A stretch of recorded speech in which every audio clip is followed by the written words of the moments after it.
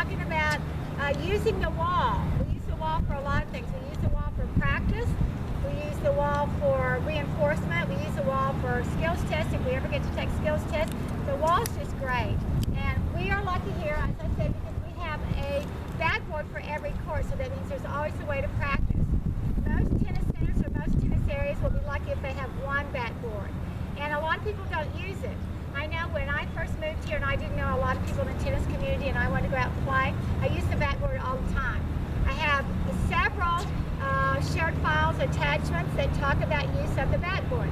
Use of it for ground strokes, use of it for volleys, and use of it for serve. So please look at those shared files on that.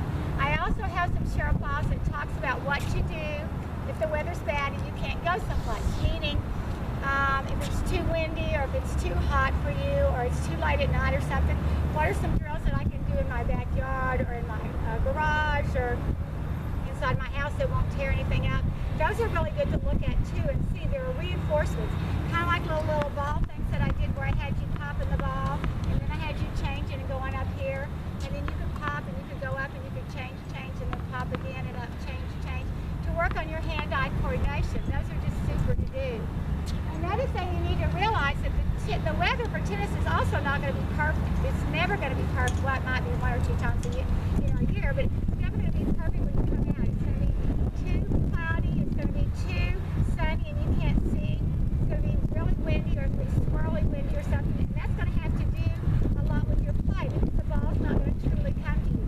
You're going to have to allow for the ball to be picked up and move.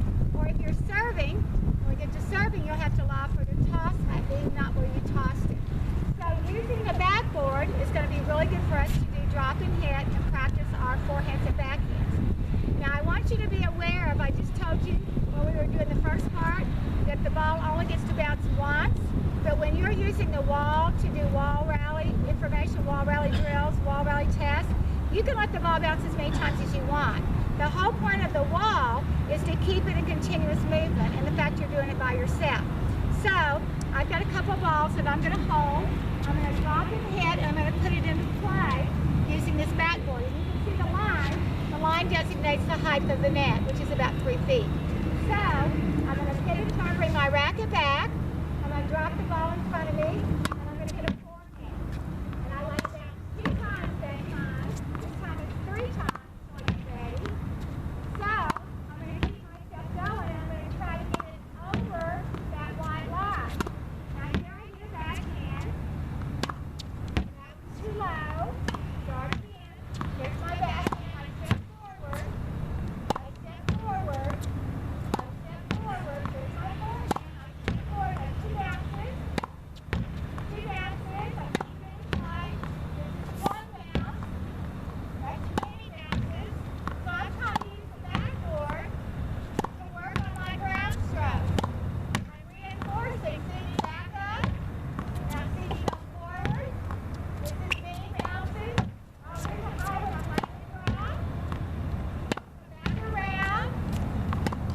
Oh, and a winner over the court.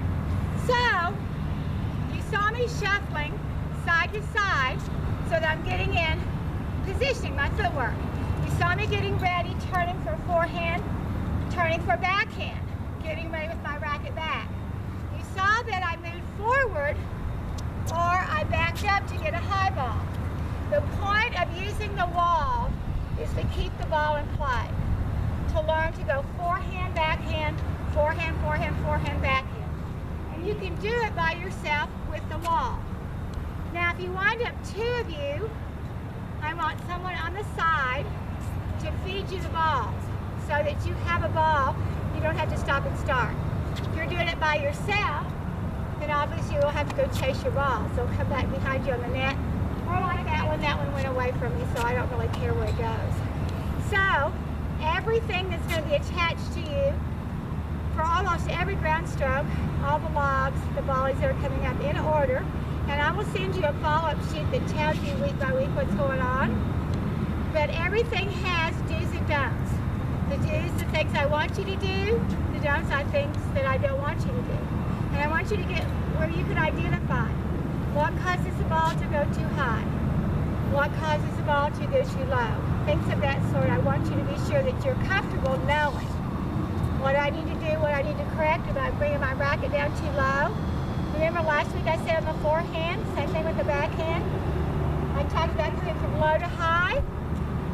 I also talked about clearing the table. All those things are kind of some little quotes that they make. Going towards the ball, stepping towards it, not letting the ball push you away. Having your weight transfer from back to forward, whether you're hitting forehand or you're hitting backhand. Strength and power comes from your legs, not from your arms. Make sure that you're always ready to hit a ball by being in the ready position. This is ready position when they're hitting to you. As soon as they hit you the ball, that's your cue. As soon as the ball is hit, your racket should be back for a forehand or a backhand. As soon as they hit the ball. Not when it comes over the net to you, but as soon as that person makes contact with the ball, then your racket's already back. You already know what you're going to hit. So it's really important to watch the person that you're playing because that's going to put the ball back into play. So this week you have do's and don'ts of backhand. You have wall rally if you can find a wall. You're going to be somewhere where you can play, I hope. You're going to be utilizing Richland Tennis Center either in Group A or Group B. You will have picture balls of last week so that you have them. You have access to shared files that you can always get to. What you can't get to is you can't get to the lessons every week. That goes away. Once it gets midnight on Sunday, you have to turn in your 3 summarizations and the rest of it goes away. If there's any questions, please email me. Please send me some information. Please contact me of some sort so we'll know what's going on. I think that's all for the backhand, all for the ground strokes.